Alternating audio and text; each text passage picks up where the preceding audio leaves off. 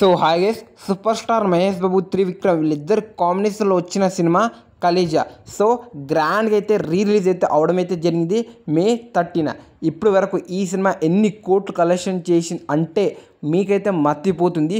World వైడ్గా all time record పెట్టింది. 13.2 కోట్ల గ్రాస్ కలెక్ట్ చేసింది వరల్డ్ వైడ్గా. మండలం ముగిసింది అని ఇది ఒక పోస్టర్ అయితే మాకైతే కనిపిస్తుంది అని చెప్పొచ్చు. ఇది కలేజా ఫుల్ రన్ కలెక్షన్ అని మహేష్ బాబు ఫ్యాన్స్ ఇంకా కలేజా ప్రొడ్యూసర్స్ అయితే పోస్టర్ అయితే వేయడం అయితే జరిగిందని చెప్పుకోవచ్చు. ఇది రియల్ కలెక్షన్ ఫేక్ కలెక్షన్ అంటే 100% ఫేక్ కలెక్షన్ అని చెప్పుకోవచ్చు. దీనిలో 2 కోట్ల గ్రాస్ ఇంకా ఎక్కువ యాడ్ చేయడం అయితే జరిగిందని చెప్పుకోవచ్చు. ఇప్పటివరకు అయితే కలేజా రిలీజ్లో 11 కోట్ల గ్రాస్ మాత్రమే కలెక్ట్ చేయడం అయితే జరిగిందని చెప్పుకోవచ్చు. అంటే 2 కోట్ల గ్రాస్ అనేది మనకైతే ఫేక్ అయితే చూపించిందని చెప్పుకోవచ్చు. తెలిసిందే మనకి కొత్త పోస్టర్లోనే ఒక 10 కోట్ల గ్రాస్, ఒక 5 కోట్ల గ్రాస్ అయితే ఫేక్ వేస్తున్నారు. రిలీజ్లో ఒక 2 కోట్ల గ్రాస్ మాత్రమే కొంచెం ఎక్కువ వేయడం అయితే జరిగిందని చెప్పుకోవచ్చు. కానీ రియల్ కలెక్షన్ వచ్చేసరికి 13 కోట్ల గ్రాస్. ఇది కూడా ఆల్ టైమ్ రికార్డ్ అని చెప్పుకోవచ్చు. సూపర్ స్టార్ మహేష్ బాబు గారు అయితే రిలీజ్ని ఒక ట్రెండ్ అయితే సృష్టించిందని చెప్పుకోవచ్చు.